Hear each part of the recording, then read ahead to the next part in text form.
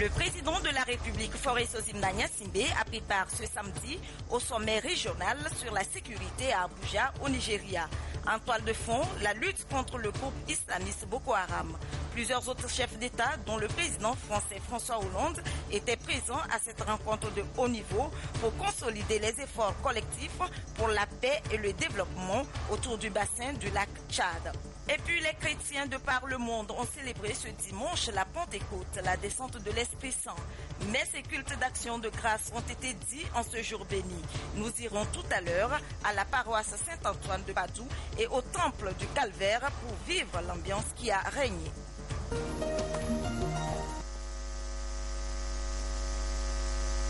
Dimanche, bonsoir, merci de nous rejoindre pour ce nouveau journal. D'abord, le sommet régional sur la sécurité s'est ouvert ce samedi à Abuja, au Nigeria, avec en ligne de mire la lutte contre la secte islamiste Boko Haram. Le président de la République, Faure Sozimna Gnassingbé, à l'instar de nombreux autres chefs d'État, ont pris part aux travaux de cette rencontre de haut niveau avec pour thème consolider les efforts collectifs pour la paix et le développement de la région, ce qui leur a permis non seulement de faire le bilan de la mise en œuvre d'une décision qu'ils ont eu à prendre à Paris il y a 2 ans, mais aussi de dégager de nouvelles perspectives pour la paix et le développement autour du bassin du lac Tchad. Tchazinambaga. L'enjeu principal de ce deuxième sommet sur la sécurité régionale était de consolider les succès enregistrés dans la lutte contre la secte islamiste Boko Haram et de trouver une solution rapide à la crise humanitaire qui découle des actions du groupe terroriste. À Abuja, les chefs d'État des pays du bassin du lac Tchad, à savoir le Nigeria, le Cameroun, le Niger, le Tchad, en plus du Bénin, leur homologue de l'Afrique centrale, de l'Afrique de l'Ouest, dont le président de la République, Faure Sozimna Gnassingbé du Togo, et de la France, ont évalué la mise en œuvre des décisions prises depuis le premier sommet à Paris le 17 mai 2014 et jeté les bases des actions futures pour le développement de l'ensemble de la région.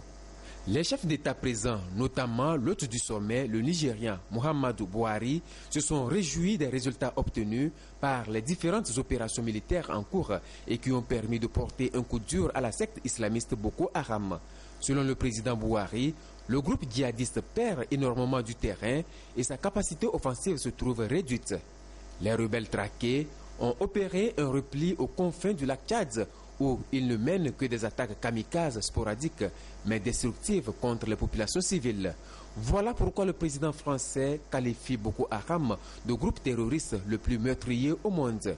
François Hollande appelle donc à intensifier la lutte contre la secte islamiste aujourd'hui affaiblie mais pas anéantie. Il invite les pays de la région à unir leurs forces, à amplifier l'effort de défense et à mettre en place un programme de développement du bassin du lac Tchad. L'autre sujet phare abordé a été la crise humanitaire créée par Boko Haram. Le groupe djihadiste a causé depuis 2009 plus de 20 000 morts, a mené plus de 2,6 millions de personnes, dont des femmes et des enfants, à fuir leur foyer et a mis plus de 4 millions d'autres personnes en insécurité alimentaire. Les présidents camerounais Paul Biya, tchadien Idriss Déby Itno, gabonais Ali Bongo et nigérien Mahamadou Issoufou ont tous souligné la nécessité de relever rapidement le défi humanitaire afin qu'il ne se transforme en drame. Ils ont indiqué que la pauvreté est le fond de guerre de Boko Haram et que l'organisation terroriste surfe sur la misère, l'ignorance et le sentiment de laisser pour compte des populations pour donner une certaine légitimité à son action et recruter des combattants.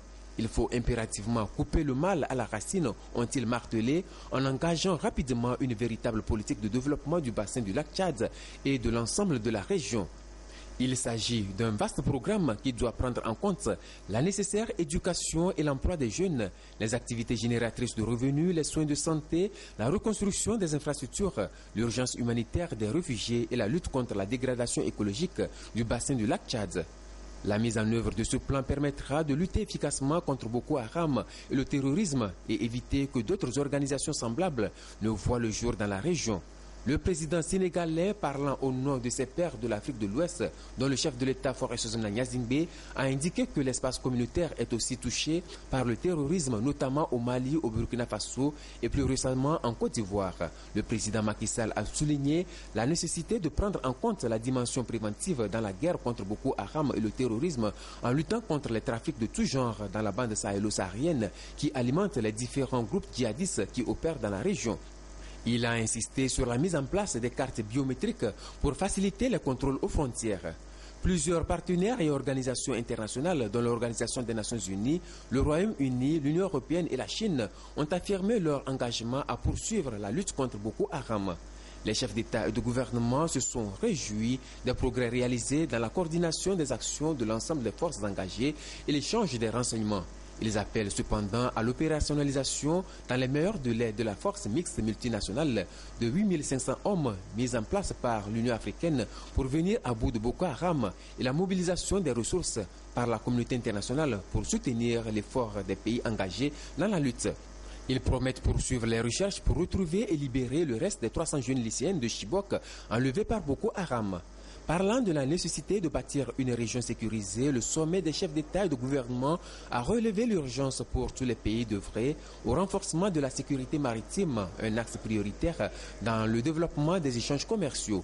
Et le Togo est fortement soutenu par la France et les autres pays dans l'organisation du prochain sommet de Lomé sur la sécurité maritime. À son arrivée comme à son départ, le chef de l'État a été chaleureusement accueilli par les autorités nigériennes. Il a eu droit à des honneurs militaires. La colonie togolaise vivant à Abuja s'est mobilisée pour témoigner son attachement à la lutte contre le terrorisme. Jour de Pentecôte ce dimanche, les chrétiens de par le monde ont célébré ce jour mémorable dans l'allégresse. À la paroisse Saint-Antoine de Padoue de Lomé, les fidèles catholiques ont fêté la descente du Saint-Esprit qui a ressuscité Jésus-Christ d'entre les morts. Christine Pétikialoudé.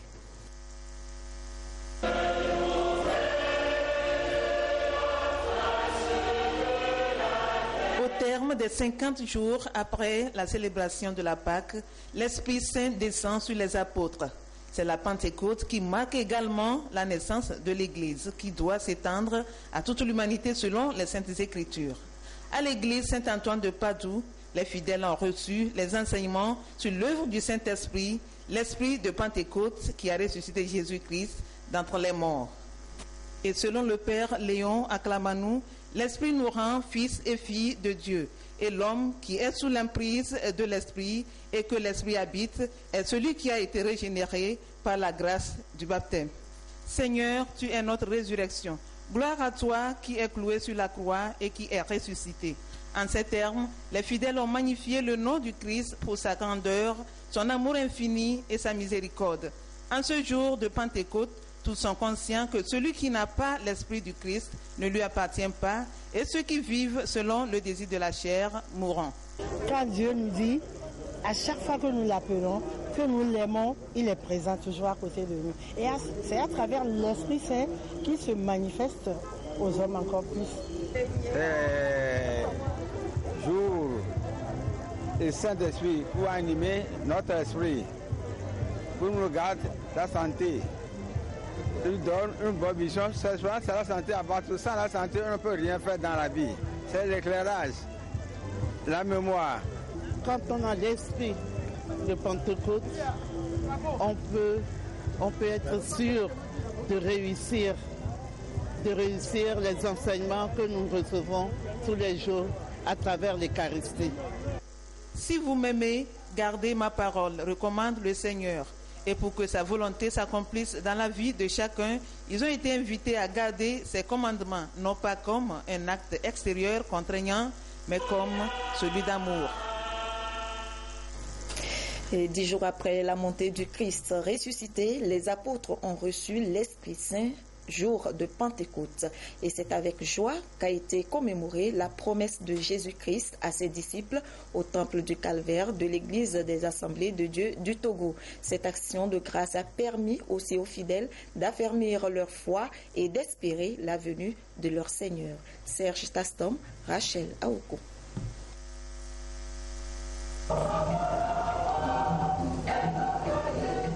Ce C'est un grand jour qui s'est levé dans la vie de ces fidèles chrétiens. La troisième puissance de la Trinité, le Saint-Esprit, est là. La puissance de parler en langue et le don de vaincre toutes les puissances ténébreuses de ce monde leur sont donnés gracieusement. Ils sont donc invités à prier pour recevoir une double portion de cet esprit, comme le prophète Élisée dans 2 Rois chapitre 2, versets 8 à 10. Le Saint-Esprit nous servira de remporter la victoire.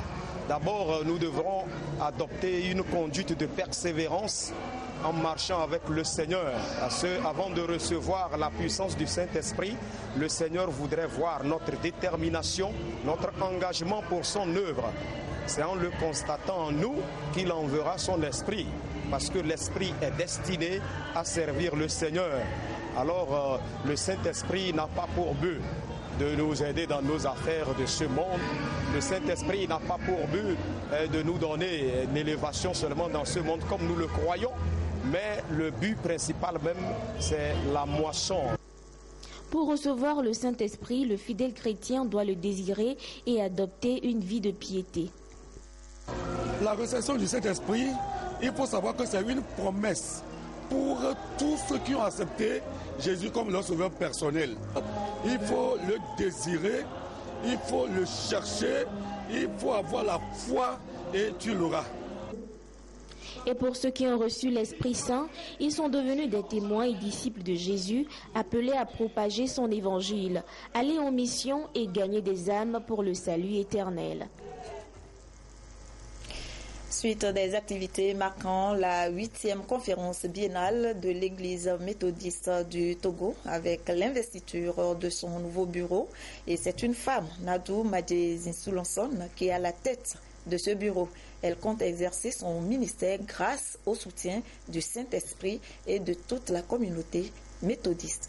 Marceline Tchakala, Ramdan Bassina. Pour la première fois de son histoire, l'Église méthodiste a une femme élue à la tête de son bureau national. Son nom, révérende pasteur Martine Nadougras Zinsoulonson.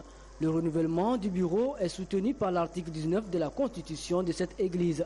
La cérémonie a connu la participation de plusieurs églises sœurs venues du Ghana, du Bénin et de la Côte d'Ivoire. L'événement se situe dans le prolongement de la 8e conférence biennale. La femme a été recalée pendant longtemps à un rang inférieur. Vous les hommes, vous comprenez ce que je dis. Mais quand la femme émerge, on fait tout pour la piétiner. Mais maintenant que la culture est un peu développée et que les hommes comprennent que la femme est vraiment la complémentaire ou bien a un rôle complémentaire à côté de l'homme, je crois qu'ensemble, nous pouvons cheminer pour l'avancement du règne de Dieu et la gloire de son Seigneur. Révérende pasteur Martine Zinsoulonson compte exercer son ministère grâce au soutien du Saint-Esprit et de toute la communauté méthodiste. Pour elle, l'union de tous les fidèles autour des idéaux qui fondent cette église sera sa nouvelle mission. Le nouveau bureau de l'église méthodiste du Togo est composé de 7 membres élus pour un mandat de 4 ans renouvelable une fois. Le processus de décentralisation est en cours au Togo. C'est dans cette perspective qu'il a été élaboré un document cadre de développement de Pessaré. Une fois adopté, les populations du 10 cantons dans la préfecture de la Bina seront amenées à se prendre elles-mêmes en charge pour accompagner les efforts du gouvernement. Nestor Mouzou. Le DCDP, document cadre de développement de Pessaré, a été élaboré à l'issue des séances de travail tenues à Lomé et des rencontres d'échange organisées à travers le pays de septembre à novembre 2014. Le moment est venu de partager le document avec le grand public en vue de le peaufiner et le valider. C'est ce qui explique cette réunion. Le document cadre de développement de Pessaré a été conçu dans la perspective de la décentralisation. Avec le processus de décentralisation, les populations des cantons et communes sont appelées à se prendre elles-mêmes en charge. Ce document, quand vous le parcourez, il s'agit tout simplement d'appeler les populations à prendre conscience que le développement n'est pas forcément le travail qui se fait au sommet. C'est beaucoup plus le travail qui se fait d'abord à la base. Il faut que les populations des différents cantons prennent conscience de cela, parce que le développement n'est pas seulement une affaire de gouvernement, c'est une affaire d'abord des populations. Et c'est pour ça qu'il fallait venir expliquer exactement le sens de la décentralisation. Aider les populations à comprendre que c'est l'apport de population, où qu'elles se trouvent, ces populations, cet apport qui va contribuer à faire réussir la décentralisation, c'est-à-dire le développement intégral du pays. Le document cadre de développement de Pessaré a retenu 10 orientations stratégiques. Il s'agit entre autres de valoriser le potentiel des populations locales, de contribuer à l'amélioration des moyens d'accès à la localité, de promouvoir l'utilisation des services de santé, d'accompagner l'État dans sa politique de promotion de l'éducation, de la formation et de la culture, de contribuer à l'accès des populations à l'eau potable et à l'électricité, d'accroître la capacité de production en matière de l'agriculture et de l'élevage et de protéger l'environnement en vue de la valorisation du milieu naturel. Pessaré est l'un des 9 cantons de la préfecture de la Bina. Il est situé à l'ouest de Pagoda, chef-lieu de la préfecture, et compte 10 villages pour une population d'environ 10 000 habitants répartis dans 45 quartiers sur une superficie de 42 km². Le secrétaire d'État auprès du Premier ministre français chargé des relations avec le Parlement, Jean-Marie Le Guen, en séjour au Togo, a pu visiter le centre d'aide sociale Saint-André situé à Détikopé. Il s'est également rendu au lieu de travail des jeunes volontaires déscolarisés. Serge Tastom, Charlotte Onsimi. Le CASA, Centre d'aide sociale Saint-André, premier site qui a reçu la visite de la délégation française avec à sa tête le secrétaire d'État Jean-Marie Le Guen. Ici, dans ce centre à Adétikopé, 45 jeunes filles en situation de survie sont prises en charge. Elles y suivent des formations professionnelles, la couture, la coiffure, l'art culinaire notamment, la culture des légumes, la viculture, la pisciculture, l'élevage des ovins font également partie de leur quotidien. Des réalités que cette délégation française a voulu toucher du doigt pour établir d'éventuels partenariats. Les relations politiques, économiques sont très bonnes entre la France et le Togo.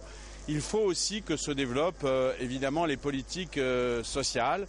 Je sais que l'Agence française pour le développement, mais aussi l'Union européenne sont très mobilisées pour venir aider aux projets de développement qui sont proposés par la société civile, bien sûr, mais aussi par le gouvernement togolais. Nous-mêmes, revenus à Paris, évidemment, nous témoignerons de la qualité de l'engagement de la société togolaise et nous ferons tout pour renforcer encore les moyens qui sont donnés non seulement au développement de sécurité, au développement économique qui sont nécessaires, mais aussi au développement social et éducatif.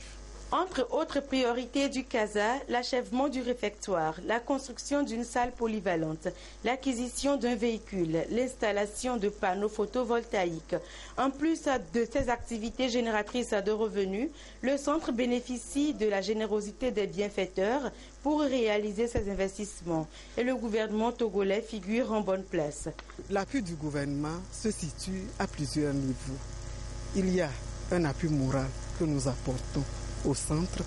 Il y a un appui technique qui consiste à l'encadrement de l'équipe et enfin nous avons un appui matériel assuré par l'Agence de solidarité nationale en vivre et non vivre et une subvention annuelle de l'État. En 14 ans d'existence, le CASA a accueilli 5000 filles qui ont pu s'insérer dans une cellule familiale avec ou sans formation. La délégation s'est ensuite rendue à l'université de Lomé. Ici, les jeunes volontaires déscolarisés sont à l'œuvre. Ils assainissent le long de la clôture. Une action civique saluée par le secrétaire d'État français chargé des relations avec le Parlement. Le volontariat des jeunes déscolarisés vient aider ces jeunes à sortir de la précarité. Ils bénéficient d'une formation en entrepreneuriat, en gestion de crédit, en éducation sexuelle et de bien d'autres avantages. La plupart de ces jeunes n'avaient pas de compte d'épargne. Mais aujourd'hui, chacun a un compte d'épargne. Dans leur rémunération, on les a encouragés, chacun à pouvoir épargner 10 000 francs par mois. Après 4 mois de mission, chacun a 40 000 francs. Et certains pourront, avec ces 40 000 francs, payer facilement les 25% qui leur seront demandés sur le kit qui leur seront donnés. Les artisans qui font partie de ce groupe bénéficieront des kits pour s'installer à leur compte. Et ayant cette épargne sur leur compte, ils peuvent demander des crédits au niveau de ces institutions de microfinance. Lesquelles institutions de microfinance sont partenaires du FNFI. Pendant 4 mois, ces volontaires se sont fait distinguer sur les 18 sites à travers les travaux à haute intensité de main-d'œuvre. C'est un bilan très positif. Ce qui fait la particularité de ce programme, c'est que c'est non seulement le volontariat, mais il y a également tout un aspect d'accompagnement, l'entrepreneuriat, pour rendre le jeune après autonome. Parce qu'il ne faut pas oublier que c'est des jeunes qui vivaient dans la précarité, un peu exclus des systèmes classiques et qui ont besoin également d'un accompagnement. L'accompagnement va se poursuivre pour s'assurer que ces jeunes sont sortis de la précarité et qu'aujourd'hui ces jeunes sont autonomes et qu'ils peuvent également participer de manière digne à la construction de leur quartier, de leur communauté ou du pays. Nous pensons réellement que c'est un programme d'avenir pour le Togo et chaque jeune peut se retrouver dans un tel programme. Ces jeunes eux-mêmes, ils sont tellement contents qu'ils disent il ne faut pas que ça s'arrête à nous seuls, il faut absolument que d'autres jeunes puissent en bénéficier. Je pense que c'est le plus beau cadeau que ces jeunes puissent se faire à eux-mêmes, aux autres frères, à tout le Togo. Et donc nous allons répondre à cette préoccupation en faisant en sorte que d'autres jeunes puissent réellement bénéficier de ce programme et que nous puissions avoir une masse critique de jeunes qui participent au développement de notre pays. Le projet du volontariat s'étendra avec l'appui financier des partenaires sur l'ensemble du territoire national pour la promotion de l'engagement citoyen, la solidarité, l'inclusion sociale. Diverses actions sont donc menées par le gouvernement togolais pour l'épanouissement des jeunes porteurs de projets. On peut citer notamment la mise en place du FAEJ, Fonds d'appui aux initiatives économiques des jeunes, qui fait actuellement le bonheur de Élie Potier, un des bénéficiaires de ce fonds, ce qui lui a permis d'ouvrir sa propre entreprise, le Net Arance, un service d'entretien. Il emploie aujourd'hui plusieurs autres jeunes. Comment est-il arrivé à ce niveau et qu'est-ce qu'il offre concrètement comme service? Voyons cela dans ce dossier réalisé par Augustin Kossi et Esther Laclé. Créer une plantation n'est pas un jeu. Cette assertion de Bernard Dadier, la jeunesse togolaise en a fait sienne, surtout en matière de création d'entreprises. Un véritable défi que Élie a su bien relever en mettant en place son entreprise Net Arance, un service de nettoyage industriel. Un projet réalisé grâce au Fonds d'appui aux initiatives économiques des jeunes FAEJ. C'est un service de nettoyage.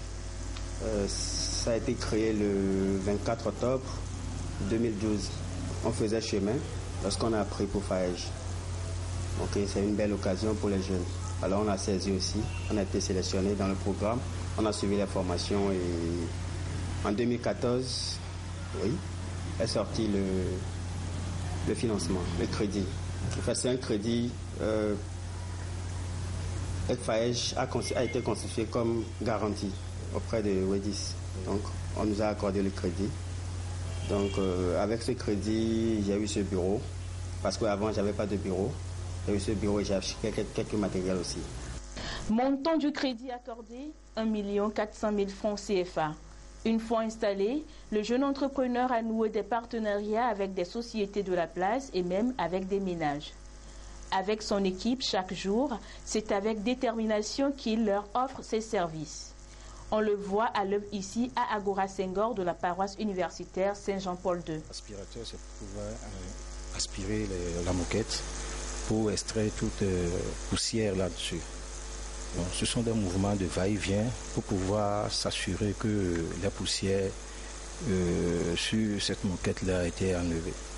Ces mouvements que je fais, les va-et-vient-là permettent que le travail soit bien efficace. Le matin, souvent, quand on rentre, on circule un peu dans les sièges, voir s'il y a des choses à dégager comme des bouteilles d'eau, des papiers, autres là.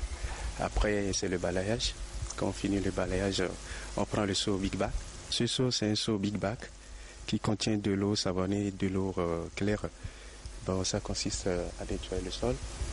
Après, on le reste avec l'autre seau. Donc, pour moi, c'est le nettoyage total. Ce contrat d'entretien a été signé il y a environ 5 ans. Et l'on peut alors apprécier à sa juste valeur la qualité du service rendu. Il s'occupe de toutes nos salles la grande salle de 500 places et les 3 petites salles, ainsi que notre espace de réception, la terrasse. Ils sont des jeunes très vaillants qui font du bon boulot. Ils sont sur place d'une manière permanente et à chaque fois que le besoin se fait sentir, ils font le travail. Le travail, la qualité est bonne, elle est très appréciée. Il arrive même que les clients ou les gens que nous recevons ici demandent d'après les gens qui nous font le ménage. Si créer son entreprise pour Élie est un défi, la perpétuer en innovant d'autres projets est d'une ambition, celle qu'il compte réaliser toujours avec l'accompagnement du FAEJ. Actuellement, je suis dans une autre dynamique. Je vais passer à une autre étape. Donc, je vais encore aller vers FAEJ pour demander un autre crédit. On veut monter notre société de jardinage, création et entretien des espaces verts. On a commencé, mais bon. Actuellement, je vais ajouter une touche particulière à ce domaine. Les appuis du FAEJ aux jeunes Togolais sont multiples et multiformes. Des conseils, des crédits de garantie ainsi que le renforcement de leurs capacités entrepreneuriales et managériales. Le fonds entend davantage promouvoir l'entrepreneuriat des jeunes pour gagner le pari d'une jeunesse épanouie et responsable au Togo. Le rapport d'activité 2015 de la microfinance Millennium a été présenté aux adhérents, l'occasion de leur proposer de nouveaux produits, notamment l'intercaisse, le SMS Millennium et l'éducation assurée. Plus de détails avec Solange Diato, Viviane Souvi et Rachel Aoukou. À cette rencontre des responsables de la microfinance Millennium avec ses bénéficiaires, la mobilisation était de mise. Les travaux de cette assemblée générale ont permis à ces différents acteurs de faire le bilan et de présenter le rapport annuel. Une manière pour les premiers responsables de la dite institution de rendre compte du déroulement des différentes activités aux adhérents. Le bilan est positif et le bilan s'est soldé par un résultat excédentaire qui fait plus de 137% de résultats de l'année dernière. Dans le souci d'aller toujours plus loin et de faire de la prospérité son leitmotiv, la microfinance Millennium a innové. De nouveaux produits sont disponibles pour répondre aux attentes de la clientèle et l'adhésion est accessible à toutes les bourses. Nous avons lancé de nouveaux produits. Le premier produit, c'est l'intercaisse, qui permet à nos membres aujourd'hui de faire leurs opérations déplacées dans toutes nos agences. Avec un seul numéro de compte, avec un seul carnet, que vous avez votre compte à Didogomé à Goué, vous pouvez faire des opérations dans n'importe quelle agence de notre institution. Et l'autre produit, c'est l'éducation assurée, qui permet aux établissements scolaires et les parents ou les étudiants de pouvoir bénéficier des crédits auprès de notre institution pour régler leurs frais de scolarité. Le troisième produit, c'est l'SMS Millennium. Et comme le nom l'indique, là vous recevez instantanément un message après toute opération que vous avez faite au sein de l'institution. 8 bénéficiaires ont été identifiés comme meilleurs clients ayant respecté les délais de paiement des échéances. Pour plus de motivation, une attestation leur est décernée. Bon, je suis fidèle dans le paiement. Et c'est ça qui a fait qu'aujourd'hui, j'ai reçu cette attestation. Créée en 2009, la microfinance Millennium compte au total en ce jour 13 000 adhérents. Cette institution est en partenariat depuis 2015 avec le Fonds national de la finance inclusive FNFI pour l'élargissement de ses activités afin d'atteindre toutes les couches sociales de notre pays. Retour sur la célébration du 11 mai, la commémoration des 35 ans de la disparition de Bob Marley, artiste jamaïcain de la musique reggae et fondateur du mouvement Rastafari. Je vous propose l'ambiance qui a régné ce jour-là dans certains coins de Lomé avec Augustin Kossi et Sylvain Aboudou. Une soirée musicale pour célébrer le 35e anniversaire de Bob Marley, le chanteur de reggae le plus connu au monde.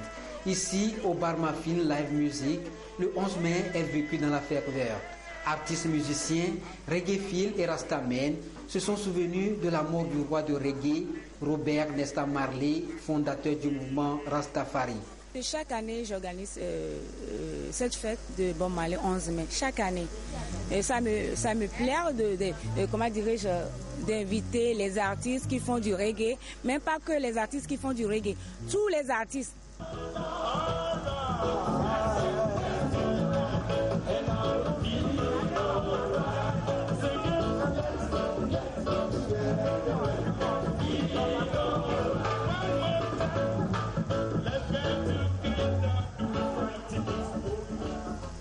Chez les Rastas, plus que chez quiconque, l'art de Bob est synonyme du mieux vivre. L'artiste devint une légende de son vivant, puis un mythe après sa mort. Il a réussi à faire connaître par-dessus les frontières la musique jamaïcaine et le mouvement Rastafari qu'il a découvert en 1966 suite à la visite officielle de Haïlé Sélassié, roi d'Éthiopie en Jamaïque. Dès lors, l'artiste interplanétaire adopte cette philosophie et prône l'émancipation du peuple noir. En tant qu'artiste chanteur du reggae, Bob Marley, c'est un dieu pour moi. C'est un prophète. Bob Marley, c'est comme ça le 11 mai, tous les 11 mai, ça fait 35 ans maintenant, mais on célèbre toujours la disparition de Bob Marley. Nesta Robert Marley, alias Bob Marley, était célébré de son vivant, de telle sorte qu'on ne sent même pas qu'il est mort. Donc on doit continuer par célébrer parce qu'il est encore vivant. Il est vivant à travers sa musique. Sa musique, il dépasse la frontière. La lutte ardue pour la dignité et l'identité noire est ce qu'il y a d'incroyable chez l'artiste. De One Love, No Woman, No Cry, à Get Up, Stand Up, l'humain est au centre de ses préoccupations. Ses angoisses, ses tourments ou encore ses frustrations, le tout modelé, dompté, puis légué à l'humanité le 11 mai 1981, résonne toujours dans les cœurs. Voilà, et c'est sur ces images que se referme ce journal. Retrouvez Prudence Zinsou à 22h30 pour l'édition de nuit. Merci à tous les téléspectateurs qui nous suivent au Gabon et partout ailleurs sur la télévision togolaise. Je vous souhaite une très belle soirée. À demain.